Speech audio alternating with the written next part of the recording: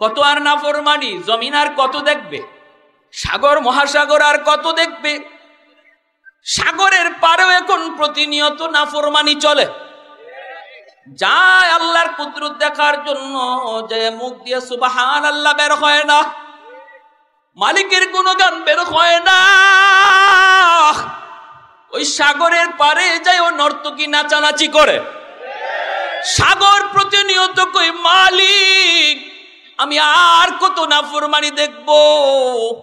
আল্লাহ আমি সাগরের পারে যেই হারে নাফরমানি হয়, ওয়াল বাহরা ইস্তাজিলু রাব্বাহু, ও মালিক অনুমতি দাও আমি নাপাক জমিনকে পাক বানায় দেই, আমি পানি দিয়া নাপাক জমিন পাক বানায় দেই, সবগুলি নাফরমানকে ধুয়ে মুছে পরিষ্কার করে দেই। আল্লাহ কই, রে জমিন থাম, এ সাগর মহাসাগর থাম। জমিন কই, মালিক নাফরমান আমার উপর দিয়া কত হাঁটে, কত বুক ফুলায়া হাঁটে, সুদের ব্যবসা করে অথচ বুক ফুলায়া হাঁটে, মারে কষ্ট দেয়, বাবারে কষ্ট দেয়, উলামাই কেরামের উপরে নির্যাতন করে, অথচ তার এই অহংকারী পাখ আমি জমিনের উপর দিয়া গসায় গসায় হাঁটে। ও মালিক আমি জমিন আর কত দেখবো, আর কত আমি সইব। আসবিরু মাতা ইলা আসবিরু, কত কাল আমি ধৈর্য ধরবো। রব্বুল আলামিন তখন কয়, জমিন থাম, এ সাগর মহাসাগর থাম। ফেরেশতাদেরকে আল্লাহ কয়, থাম থাম, আমার বান্দাকে আমি আল্লাহ এমনে বানাই নাই, আমার বান্দা বান্দি আমি আল্লাহর কাছে কত দাম তোমরা জানো না রে জমিন, তোমরা জানো না, জানো না। আসমান আল্লাহ বানাইছেন কুন ফায়াকুন বইলা, জমিন আল্লাহ বানাইছেন কুন ফায়াকুন বইলা, ফেরেশতাও আল্লাহ বানাইছেন কুন ফায়াকুন বইলা, কিন্তু আমারে আপনারে আল্লাহ পাক কুন ফায়াকুন বইলা বানায় নাই। আল্লাহ বলে, খলাকতু বিয়াদাইয়া, আমি আমার বান্দা বান্দিরে নিজের হাত দিয়া বানাইছি। কারণ এই চেহারার মধ্যে এত দামি কপাল দিয়া বান্দা আমার কুদরতি কদমে সেজদা দিবে। এই কপাল ফেরেশতাদের হাতে বানাইলে হয় না, এই কপাল আমি আল্লাহ নিজের হাতে বানাইছি। অতএব জমিন থাম, আমার বান্দা বান্দি আর আমি আল্লাহর মাঝখানে তোমরা কেউ নাক গলাবা না। আমি আল্লাহ অপেক্ষায়, সকালে নাফরমানি করছি, দুপুরে আমি আল্লাহর কাছে তওবা করে ফেলবে, দুপুরে নাফরমানি করছে, বিকালে তওবা করে ফেলবে, ফজরটা পরে নাই আমি আল্লাহ অপেক্ষায় জোহরটা পরে ফেলবে। যখনই আমার বান্দা বলবই যে আমি আল্লাহকে ডাক দিবে, সাথে সাথে আমি আল্লাহ তার পিছনের সব অপরাধ ক্ষমা করে আমার প্রিয় বান্দা বানায় নিব। ইন্নাল্লাহা ইউহিব্বুত তাওয়াবিন ওয়া ইউহিব্বুল মুতাতাহহিরিন। তাওয়াবিন মহব্বত করার কথা আল্লাহ আগে আনলেন। তাওয়াবিন যারা তওবা করে, গুনাহ করার পর অনুশোচনা অনুতপ্ত হয়, তাদের ভালোবাসার কথা আল্লাহ আগে নিয়ে আসলেন। এর দ্বারা আল্লাহ পাক বুঝাই দিলেন তওবাকারীকে আল্লাহ কত ভালোবাসেন, কত মায়া করেন। ভাইয়েরা বন্ধুরা, হাফেজে কোরআন ডাক দেয়া কয়, মা গো, ও মা তুমি কান্না করো না গো, তুমি মনে করতেছো কি হয়েছে বলে আমার মেয়েটার নাম এই বছর লটারিতে উঠে গেছে রে বাজান। লটারিতে ওঠার কারণে সন্ধ্যা হলে পড়ি, মেয়েটাকে নিয়ে যাওয়ার জন্য ওরা হাজির হয়ে যাবে, সরকারি ফৌজ আমার মেয়েটাকে তুলে নিয়ে যাবে। ও বাবা বল বল, কেমন করে আমি মা সেটা সইতে পারি? এত লালন পালন, এত আদর, এত মায়া করে যেই মেয়েটাকে বড় করলাম, আজকে আমার মেয়েটা চোখের সামনে জিন্নাতের বুক হবে, জিন্নাতের বুক হবে, এটা আমি মা কেমন করে সই রে বাবা? হাফেজ আবুল বারাকাত কই, মা টেনশন করো না, আমি এর সমাধান বের করব। আল্লাহু আকবার, জোরে কোন। ও মা টেনশন করো না। মাই কই, বাবা তুমি কও কি, তুমি কেমনে কি করবা? কয়, মা আমার বোনটারে নানার বাড়ি পাঠায় দাও, আর বোনের জামা কাপড় পরাইয়া আমাকে মেলুক বানাইয়া পালঙে বসায় রাখো। ওরা আমাকে আমার বোন মনে করে তারা মন্দিরে রেখে দিক, আমি দেখব আমার কলিজায় যা আছে এটার পাওয়ার বেশি নাকি জিন্নাতের পাওয়ার বেশি। মহিলায় কই বাবা কার কথা, কোন পাওয়ারের কথা বলছো? বুঝি নাই বুঝি নাই। হাফেজা বল করাকাত কই মা গো তুমি জানো না গো মা, আমি তো কারো কাছে প্রকাশ করি নাই গো মা, আমি হলাম একজন মুসলমান, আমার কলিজায় মালিকের 30 পারা কোরআন, এই 30 পারা কোরআনের পাওয়ার সিডরের পাওয়ারের চেয়ে এবং জিন্নাতের পাওয়ারের চেয়ে হাজার হাজার গুণ বেশি। আরেকটু জোরে বলি সুবহানাল্লাহ। লা জিদ্দা ওয়ালা নিদ্দা ওয়ালা হাদ্দা লিমাওলা, লা জিদ্দা ওয়ালা নিদ্দা ওয়ালা হাদ্দা লিমাওলা, আল আনা কামা কানা ওয়ালাম ইয়ালকা যাওয়ালা, আল আনা কামা কানা ওয়ালাম ইয়ালকা যাওয়ালা, লা মিসলা ওয়ালা সাওয়ারা মিসলাম ওয়া নাযীরা, মান ক্বালা সিওয়া যালিকা ক্বাদ ক্বালা মুহালা, মান ক্বালা সিওয়া যালিকা ক্বাদ ক্বালা মুহালা, লা বিলদা ওয়ালা ওয়ালিদা লা আম্মা ওয়া খালা, লা শিবহা ওয়ালা মিসলা ওয়ালা কুফুয়া লিমাওলা, আলহামদু লিমান কদ্দারা খাইরান ওয়া খাবালা, ওয়াশকুরু লিমান সাওয়ারা হুসনান ওয়া জামালা। আল্লাহু আকবার, জোরে কোন আল্লাহু আকবার, মুহাব্বতের সুরে আল্লাহু আকবার। আওয়াজ দেয়া বলেন কোরআনের পাওয়ার আছে না নাই? আল্লাহর কালামের পাওয়ার আছে না নাই? মালিক যার সিনার মধ্যে কোরআন রেখে দিয়েছেন তার কি পরিমাণ দাম জানো নি? নবী বলেন ইন্নাল আলিমা ইস্তাগফিরু লাহু মান ফিল আরদ ওয়া মান ফিস সামা হাত্তাল হিতানু ফি জাওফিল মা ওয়া ফি riwayatin আন-নামলাতু ফি জুহরিহা। মায়ার নবী দয়ার নবী বলেন উম্মতের দোল, হাফেজে কোরআনের ইজ্জত, একজন হাফেজের দাম, একজন হাফেজের দাম তোমরা হয়তো ঠিক বুঝো না, কিন্তু আসমান জমিনে আর যত প্রাণী আছে রে যুবক, নবীজি বলেন তারা ঠিকই বুঝে। গাছগাছালি একজন হাফেজের দাম বুঝে, মাছ পশু পাখি পর্যন্ত একজন হাফেজে কোরআনের দাম বুঝি। মায়ার নবী দয়ার নবী বলেন কারণ তারা ভালো করে জানে এই জমিনে যতদিন উলামায়ে কেরাম থাকবে, হাফেজে কোরআন থাকবে, মাদ্রাসা থাকবে, যেখানে কোরআনের শিক্ষা হয়, যতদিন পর্যন্ত কোরআনের তালিম জমিনে থাকবে, আল্লাহ নবী বলেন আসমান আসমানের জায়গায়, জমিন জমিনের জায়গায় আল্লাহ দাঁড় করায় রাখবে। জোরে বলি সুবহানাল্লাহ। আযাব গজব দিয়ে আল্লাহ ধ্বংস করবে না। অতএব মাদ্রাসা হলো রহমত আনার চুম্বক। গোটা দেশের জন্য আলেম হাফেজ তারা হলো দেশ রক্ষার জন্য আল্লাহর পক্ষ থেকে রহমতের চুম্বক। আজকে আমরা বুঝি না কার গায়ে হাত উঠাই, হায় রে আমি বুঝি না কার গায়ে হাত উঠাই, কারে নির্যাতন করি, কারে আমি আর চোখে দেখি। অথচ মায়ার নবী বলেন তোমার মন্ত্রীগিরির মন্ত্রী, তোমার মন্ত্রীর মন্ত্রীগিরি, তোমার মিনিস্টারের মিনিস্টারগিরি, তোমার শিল্পপতির শিল্পগিরি, তোমার ব্যবসা বাণিজ্য চাকরি বাকরি, 5 তলা বিল্ডিং আর যত যা কিছু অর্জন করেছো সব কিছু আল্লাহ টিকা রাখছে কোরআনের তালিমের খাতিরে। এজন্যই মাসে কই মালিক জগতে হাফেজের সংখ্যা তুমি বাড়ায় দাও, পিপিলিকা কই মালিক ঘরে ঘরে তুমি হাফেজ কোরআনের সংখ্যা বাড়ায় দাও। কারণ মাসে জানে হাফেজ বাড়লে, আলেম বাড়লে, মাদ্রাসা বেশি বেশি হলে মাছের হায়াত বাড়বে, পিপিলিকার হায়াত বাড়বে, গাছের হায়াত বাড়বে, জমিনের হায়াত বাড়বে। এজন্যই সমস্ত সৃষ্টি জীব নবী বলেন 24 ঘন্টা তারা মাদ্রাসার জন্য দোয়া করে। যার উসিলায় আল্লাহ আমাকে বাঁচায় রাখলেন তারে আমি চিনলাম না, বড় দুঃখ। ঠিক কিনা জোরে বলেন, বড় দুঃখ। কার ওসিলায় আল্লাহ আমাকে বাঁচায় রাখলেন, কাদের ওসিলায় আমি তাদেরকে চিনলাম না, তাদেরকে আমি চিনলাম না। হাফেজ আবুল বারাকাত কয়, মা আমার বুকে 30 পারা কোরআন, টেনশন নাই, তুমি বোনটারে নানার বাড়ি পাঠায়া দাও, আমাকে মেয়ে লোক বানায়া পালনে বসায় রাখো। সুবহানাল্লাহ।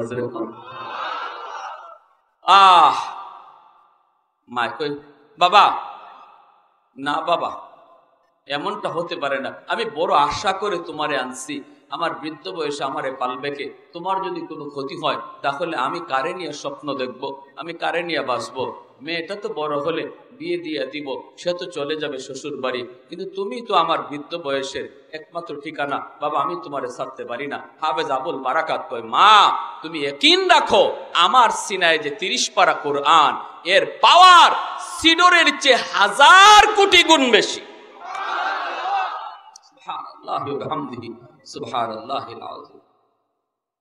পাঠাইয়া দিছে নানার বাড়ি, আর হেন মেয়ে লোকের পোশাক পইরা, বোনের কাপড় চুপড় পইরা পালঙে বৈশা রয়েছে, দাড়ি মুছ উঠছে না তো। কম বয়সে হাফেজ দেখেন না আপনারা, আসেনি না?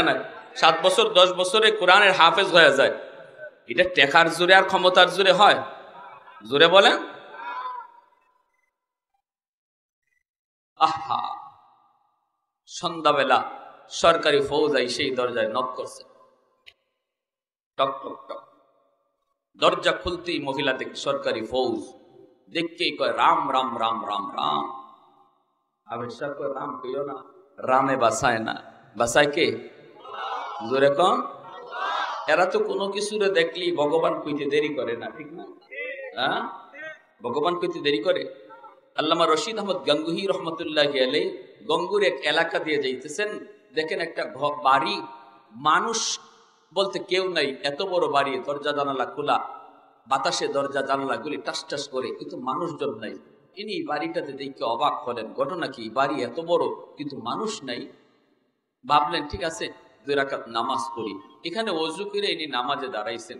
নামাজি দাঁড়াইয়া তিনি নামাজটা ফিরাইয়া, সালাম ফিরাইয়া মুনাজাত শুধু ধরবেন, এমনি একটা জিন্নাত হুজুরের সামনে আইসা একদম মাথাটা নত কইরা হুজুরের কাছে সারেন্ডার করে কয়, হুজুর আল্লাহর দোহাই, আপনি আল্লাহর কাছে এই কথা জানতে চাইেন না যে এই বাড়ির মানুষ গেল কই?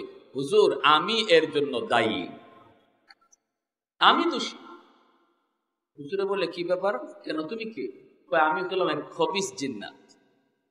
এই বাড়িতে একটা হিন্দু পরিবার বসবাস করত, আর আমি এদের বন্যা 4টা বাচ্চারে এই পুকুরের মধ্যে ডুবাইয়া মারছি। যখন একে একে বাচ্চাগুলি পুকুরে পড়ে পড়ে মরতেছে, এরা ভয়ে এই বাড়িঘর ছেড়ে অন্যত্র চলে গেছে। হুজুর আমি একমাত্র দায়ী, আপনি যদি আল্লাহর কাছে জিজ্ঞেস করে ফেলেন আমি ধরা খাইয়ে যাই। হুজুর তওবা করলাম, জীবনের জন্য আমি এই এলাকা ছেড়ে চলে যাব, খালি বাড়ি না। হুজুরে কিন্তু এখনো হাত উঠাইছেন না, আমি এলাকা ছেড়ে চলে যাব। হুজুর আপনি আল্লাহর কাছে এই কথা জানতে চাইেন না, আল্লাহর দোহাই। এই কথা বলতে হুজুর বলতেছে, এরা কোথায়? বলে ওই এলাকায় থাকে। হুজুর খবর দিলেন, পরিবার আসলো, পরিবার আইসেই হুজুরের কাছে আইসেই হাত জোর কইরা সবাই পড়ে গেল। এখন হুজুর যখন ঘটনা বিস্তারিত শুনাইছেন, ওই হিন্দু পরিবার সবাই হুজুরের সেজদা দিয়া ভগবান বলা শুরু করছে। হুজুরকে, আরে আহমদ, আমার দ্বারা যে শক্তি তোমরা দেখছো এটা আমার কোনো কৃতিত্ব না, আমি যে খালিক আর মালিক রে মানি, তোমরা যদি ওই খালিক রে মানো তাহলে তোমাদেরকেও জিন্নাতে এইরকম সালাম জানাবে। কিছু দেখলেই ভগবান বলো, বট গাছও ভগবান, গঙ্গা নদীও ভগবান, তুলসী গাছও ভগবান, 100 বছর হইলেই আরে বাপরে বাপ গাইও ভগবান, দুধ দেয় অথচ গাবি কাটলে পরে দুধ পাওয়া যায় না, তাহলে এটাই ভগবান। বলতে বলতে 33 কোটি ভগবান, ভগবানের আর শেষ নাই। তিনি বলতেছে, আর আমার কোনো কৃতিত্ব না এটা। সাথে সাথে এই পরিবার কালেমা পড়ে মুসলমান হয়ে গেছে। আমার বাইরা বন্ধুর আল্লাহর গোলাম, এই দিকে দেখা যায় দরজা নক করে যখন দরজা খুলল, মহিলা রাম রাম কয়ে চিল্লা চিল্লি করে। হাফিজি কোরআন কই, মা তাদেরকে আসতে দাও, বাধা দিও না। সরকারি ফৌজ ঘরের ভিতরে ঢুকলো রে আল্লাহর গোলাম। ঘরের ভিতরে ঢুকে এবার দেখে এত সুন্দর মেয়ে, চেহারা এত সুন্দর, বলুন তো মেয়ে না ছেলে? আমার আলোচনা বুঝলে আওয়াজ দিয়া বলেন মেয়ে না ছেলে? ধরে নিয়ে যাবে। হাফেজ আবুল বারাকাত ডাক দিয়া কয় আমাকে ধরা লাগবে না, আমাকে কোনো টানা টানিও করা লাগবে না গো, আমি তোমাদের সঙ্গে যাইতেছি, টেনশন করো না। ভাইরা বন্ধুরা, হাফেজ আবুল বারাকাতকে নিয়ে তারা রাম মন্দিরে রেখে দিল। এই রাম মন্দিরে রেখে দিয়ে তারা চলে আসবে। সরকারি ফৌজেরও আফসোস করে, এত সুন্দর মেয়েটা সকালে যায় তার লাশ পাওয়া যাবে, লাশ জিন্নাতেরা তারা খেয়ে ফেলবে। হাফেজ আবুল বারাকাত ওই মন্দিরে ঢুকে এসে মেয়ে লোকের পোশাক খুলে ফেললো।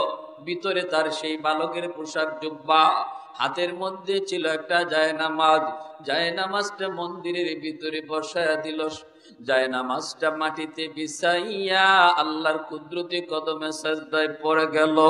আর মালিককে ডাক দেয়া বলতেছে, মালিক আজকে প্রমাণ হবে সিডরের পাওয়ার বেশি নাকি তুমি মাওলা পাকের কালামের পাওয়ার বেশি।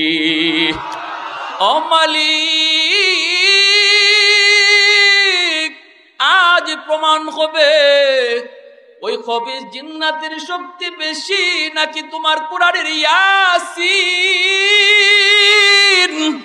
ওয়াল কুরআনিল হাকীম, ইয়াসিনের পাওয়ার বেশি নাকি জিন্নাতের পাওয়ার বেশি? আজকে প্রমাণ হবে গো মালিক। এই বইলা হাফেজ আবুল বারাকাত জায়নামাজ বিছাইয়া মন্দিরের ভিতরে আল্লাহর কুদরতি কদমে সাজদা দিল। এরপরে রাত যখন 12টা বেজে যায়, সরকারের পক্ষ থেকে পাগলা ঘন্টা বাজানো হয়, বিপদ সংকেত দেওয়া হয়।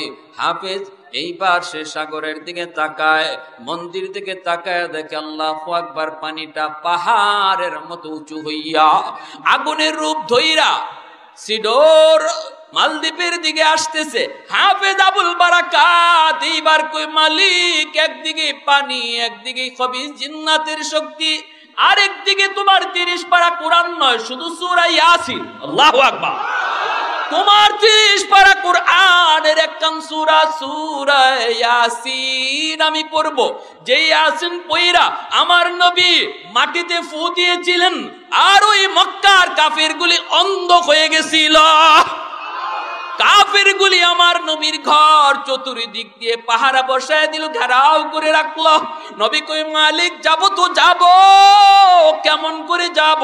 আল্লাহ কই, ইয়াসিন পয়রা বালুতে ফু দাও, সবগুলি দুশমন অন্ধ হয়ে গেল। নবী পার হয়ে গেলেন। হাফেজ আবুল বারাকাত ইয়াসিন পয়রা ফু দিয়া দিল। আল্লাহ পাক রব্বুল আলামিন ওই ফুর মধ্যে কি পরিমাণ পাওয়ার দিলেন রে যুবক! এই পাওয়ারের কারণে আল্লাহ পাক ফুটারে অ্যাটম বোমার মতো শক্তিশালী বানায় দিলেন। কোরআন পয়রা ফু দিলে আসর আসেনি না নাই? আরেকটু জোরে কোন আসেনি না নাই? ফখরে বাঙ্গাল রহমাতুল্লাহি আলাইহি এক নাস্তিক কয়, হুজুর মানুষদেরকে আর কত ধোঁকা দিবেন? হুজুর কয় কি? কই যে মানুষ আয়, হুজুর একটা ফু দেন। আপনি একটা ফু দিয়া দিলেন, বাতাস, বাতাসে কি আছে? এই বাতাস দিয়া দিয়ে মানুষদেরকে আর কত ধোঁকা দিবেন? ফখরে বাঙ্গাল রহমাতুল্লাহি আলাইহি কয়, তুমি বাতাসে কি আছে বুঝো না? কয় না, বুঝি না। কেমনে বুঝবা? তুমি তো একটা জারর সন্তান। এমনি হের সারা শরীর ফুলে গেছে।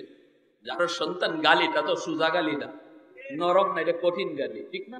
সারা শরীর ফুলে গেছে, হুজুরকে আক্রমণ করবে, মানুষজন ধরছে। হুজুর ভাই আমি তো তার কিছু কই নাই, সে বলছে বাতাসে কি আছে এটা বলে বুঝে না। আচ্ছা আমি তো কোরআন পয়রা বাতাস দেই, এর মধ্যে কি আছে? সে বলে এটা ধোঁকা। এখন যে তারে আমি একটা গালি দিছি, বলুন তো এটা কি আঘাত করছি না একটা বাতাস ছাড়ছি? একটা নাপাক গালি এই বাতাসে যদি তার চেহারা লাল করে ফেললো, বডি যদি ফুলায় ফেললো, তাহলে আল্লাহর কালাম পয়রা বাতাস দিলে যে আসর হয় এটা বুঝাইবার জন্য গালিটা দিছি। বুঝে আসছে ভাই? আল্লাহর কালাম সূরা ইয়াসিন কইরা ফু দিল, সিডরের মোকাবেলায় আল্লাহ পাক রব্বুল আলামিন এটম বোমার মতো সূরা ইয়াসিনকে আল্লাহ মোকাবেলায় পাঠায় দিলেন। সাগরের মাঝামাঝি যাইয়া এমন ভাবে আঘাত করলো, সিডর আবার পানিতে দেবে গেল। আল্লাহু আকবার, জোরে বলেন। পাহাড় পরিমাণ উঁচু পানি আবার সাগরে দেবে গেল। সকালবেলা সরকারি ফৌজরা আসছে লাশ নেওয়ার জন্য। মন্দিরে আইসে দেখে লাশের কোনো বংশ নাই। একটা ছোট্ট বালক মন্দিরে বসে বসে কোরআন তেলাওয়াত করে। আল্লাহু আকবার। এ বেটা, তুমি এখানে মেয়ে লোক করো। আবির সাহেব কই, মেয়ে লোক কোথায় পাইবা মিয়া? মেয়ে পাইবা কই? কেন, গত রাত্রে যে নিয়ে আসলাম? আরে আহাম্মক, গত রাত্রে আমারই লিয়ে আইসো। আরে আমরা আনলাম মেয়ে, তুমি কেউ ছেলে? বলে হ, আমার বোনের কাপড় পরে আমি মেয়ে সাজিয়ে বসাছিলাম। আমার বোন তো নানার বাড়িতে নানির হাতের ফিদা খায়। তুই মরলি না, সিডরও হইল না, তুই মরলিও না, তোর জিন্নাতে খাইছে না? হাফিজ আবুল বারাকাত কয়ে না ফরমান, তোমাদের সিনার ভিতরে আল্লাহর কোরআন নাই, নূর নাই। তোমরা সত্য জিনিস বুঝো না, অন্ধকারে আছো, আলোর পথ পাও নাই। আমার সিনায় আল্লাহর 30 পারা কোরআন। ওই 30 পারা কোরআনের পাওয়ার সিডরের পাওয়ারের চেয়ে 1000 গুণ বেশি। আমি তো 30 পারা কোরআন শুধু পড়ি নেই, শুধুমাত্র সূরা ইয়াসিন ওয়াল কুরআনিল হাকিম, এই সূরা খানের কয়েকখানা আয়াত পড়ে ফু দিছি, সিডরের জায়গায় দেবে গেছে। সাথে সাথে এই সরকারি ফৌজগুলি বাদশারে জানাইলো। বাদশা মন্ত্রী পরিষদ নিয়ে হাফিজ সাহেবের সামনে হাজির। ও হাফিজ সাহেব, তুমি এটা কি বলতেছো? আগামী বছরও আমরা এমনটা তোমার কাছ থেকে দেখতে চাই। আমি বাদশা কথা দিলাম রে যুবক, যদি আগামী বছর আমি নিজের চোখে দেখি কোরআনের এত পাওয়ার, এত পাওয়ার, আমি বাদশা কথা দিলাম মন্ত্রী পরিষদ সব জনগণ লইয়া কালেমা পড়ে মুসলমান হয়ে যাব। আগামী বছর এই দিনে আবার হাফিজ আবুল বারাকাতকে রেখে দেওয়া হলো। আর সাগরের পারে দাঁড়ায় দাঁড়ায় মন্ত্রী পরিষদ লইয়া বাদশা নিজের চোখে দেখতে চায়, নিজের চোখে দেখতে চায় কোরআনের শক্তি, কোরআনের পাওয়ার। ভাইয়েরা বন্ধুরা, একই অবস্থা। যেই মাত্র সিডর মহা রূপ ধারণ করেছে, খারাপ আকৃতি ধারণ করেছে, ওরা তাকায় মন্দিরের দিকে, দেখে মন্দির থেকে একটা আগুনের লোকটা আসতেছে। এই আগুনের লোকটা সেই সাগরের বিশাল উঁচু পানিটাকে আঘাত করা মাত্র সাথে সাথে পানি আবার দেবে গেল। এই দৃশ্য বাদশা, ওই মালদ্বীপের বাদশা তার জনগণ সহ মন্ত্রী পরিষদ নিজের চোখে দেখলো। রে আল্লাহর গোলাম, ওই সাগরের তীরেই হাফেজ সাহেবের হাতে হাত রেখে বাদশা তার মন্ত্রী পরিষদ লইয়া জনগণ সহ কালেমা পড়ে মুসলমান হয়ে যায়। সেদিন থেকে মালদ্বীপের চিত্র পাল্টে গেল, মানচিত্র বদলে গেল। পৃথিবীর মানচিত্রে মালদ্বীপ আর অমুসলিম কোন দেশ নয়, পৃথিবীর মানচিত্রে মালদ্বীপ হয়ে গেল মুসলিম দেশ। আল্লাহু আকবার, জোরে বলেন। আর একটু জোরে আল্লাহু আকবার। তাহলে কোরআনের পাওয়ার আসেনি না নাই? আল্লাহর কোরআনের শক্তি আসেনি না নাই? এজন্য আল্লাহ বলে, কুল হাল ইয়াস্তাবিল্লাযীনা ইয়ালামুন ওয়াল্লাযীনা লা ইয়ালামুন। আল্লাহ বলেন, বন্ধু তুমি বলে দাও, যারা কোরআন শিখে আর যারা কোরআন শিখে না তারা কোনোদিন সমান নয়, কোনোদিন তারা সমান নয়। যারা কোরআন শিখে আর যারা কোরআন শিখে না, কেমন তফাৎ? কয় 19-20, কয় না। কেমন? কয় আকাশ পাতাল। আল্লাহু আকবার। আরেকটু জোরে আল্লাহু আকবার। কোরআনের তালিম যদি বন্ধ হয়ে যায়, মানুষ আর মানুষ থাকবে না, মানুষ অমানুষ হয়ে যাবে। আর কোরআনের তালিম যতদিন থাকবে, মানুষ মানুষের কাতারে নাম লেখাবে, গুণগত মানুষ থাকবে। এই কথাটাই আল্লাহ পবিত্র কোরআনে সূরাতুর রহমানে বলেছেন, আর রহমান আল্লামাল কোরআন খালাকাল ইনসান। কোরআনের শিক্ষা আছে তো মানুষের খাতায় নাম আছে। হালাল হারাম আছে তো মানুষ, হালাল হারাম নাই তো মানুষ না। রাত কই থাকে, কই খায়, কার সাথে ঘুমায়, কোন মানুষ যদি কথা বলে যে না আমার মেয়েটা কই খায়, কই ঘুমায়, কই থাকে, আমিও কই ঘুমাই, কই খাই, কি খাই আমি জানি না, বলুন তো তার মানুষ কোয়া যায়? এটা তো হাইওয়ানের খাসলত, ঠিক কিনা? হালাল হারামের শিক্ষা দেয় কোরআনের শিক্ষা, হালাল হারামের শিক্ষা দেয় মাদ্রাসার শিক্ষা, ঠিক কিনা? হালাল হারামের বিধিবিধানের শিক্ষা দেয় মাদ্রাসা, কোরআনের শিক্ষায় জন্ম বাইরে। আমার ছেলে জন্ম নিলে পরে সে মানুষ হয় না, তারে মানুষ বানাইতে হয়। মুরগির বাচ্চা জন্ম নিলে মুরগি হয়, কিন্তু মানুষের বাচ্চা জন্ম নিলে মানুষ হয় না গো মা, মানুষ তারে বানাইতে হয়। আর মানুষ বানানোর একমাত্র শিক্ষা হলো কোরআনের শিক্ষা। কোরআন থেকে দূরে ডাক্তার না হইয়া ডাকাই তুইব, সিলোটি ভাষা বুঝুন আপনারা। কোরআনের দ্বারে কাছেও নাই, হালাল হারাম বুঝেওই না, জায়েজ না জায়েজ চিনেওই না, দ্বারে কাছে যা ভাই তা খায়। এই ডাক্তার না হইয়া আওরের ডাকাই তুইব। 20,000 টাকার লুবে, 30,000 টাকার লুবে আপনার স্ত্রীর একটা যেটা নর্মাল ডেলিভারি কেস, এটারে কইব সিজার লাগবো। আসেনি না নাই? কিছুদিন আগে একজন হাফেজ সাহেব দেখছেন না আপনার সোশ্যাল মিডিয়ায়, 11 বছরের হাফেজ, নামটা ভুলে গেলাম,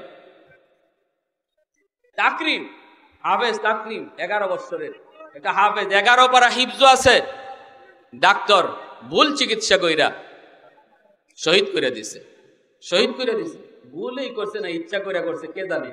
কারণ যার কাছে হালাল হারাম নাই, যার কাছে কোরআনের শিক্ষা নাই, যে কোরআনের শিক্ষার ধারে কাছেও নাই, হে মানুষের জীবনের দাম তার কাছে কি আছে? তার কাছে দাম হইল টাকার, তার কাছে দাম হইল পয়সার, ঠিক কি না? যে ইঞ্জিনিয়ারের কাছে কোরআন নাই, যে ইঞ্জিনিয়ার কাছে শরীয়ত নাই, এই ইঞ্জিনিয়ার রডের বদলা বাঁশ দিলে হের কি? মানুষ মরলে মরুক, আমার অসুবিধা কি? আমার দরকার টাকা। রডের বদলা বাঁশ আসেনি না নাই? যখন আসেনি না নাই? এগুলা একমাত্র কারণ কোরআন থেকে দূরে, ঠিক কিনা? একমাত্র কারণ আল্লাহর কোরআন থেকে দূরে, কোরআনের শিক্ষা থেকে দূরে। এজন্য ডাক্তার বানান, ইঞ্জিনিয়ার বানান, আমরা নিষেধ করব না, কিন্তু সবার আগে তারে মুসলমানের বাচ্চা বানান, আগে তারে কোরআন শিখাইয়া মানুষের বাচ্চা বানান। সন্তানকে আগে মানুষের সন্তান বানাইতে হবে, আর মানুষের সন্তান বানাইতে হলে কোরআনের শিক্ষার কোনো বিকল্প নাই। ডাক্তার বানান, মানুষ বানায়া ডাক্তার বানান, ইঞ্জিনিয়ার বানান, মানুষ বানায়া ইঞ্জিনিয়ার বানান। প্রথমেই তারে মাদ্রাসায় ভর্তি করেন, 5টা বছর আপনার সন্তান মাদ্রাসায় পড়ুক, 5টা বছর নুরানি শিক্ষায় শিক্ষিত হোক, আল্লাহর কোরআন জানুক, আখিরাত শিখুক, আখিরাতের হিসাব নিকাশ জানুক, তারপরে তারে ডাক্তার বানাইলো আদর্শ ডাক্তার হবে, ডাকাত হবে না। ইঞ্জিনিয়ার হলো আদর্শ ইঞ্জিনিয়ার হবে, অমানুষ হবে না। প্যারে হাজিরিন, আর সেই মানুষ গড়ার ফ্যাক্টরি হলো আপনাদের এই এলাকার এই মাদ্রাসা। টুংপাড়া বড় জামে মসজিদ মাদ্রাসা, এটা হলো মানুষ বানানোর কারখানা, মানুষ বানানোর। মানুষের বাচ্চা জন্ম নিলেই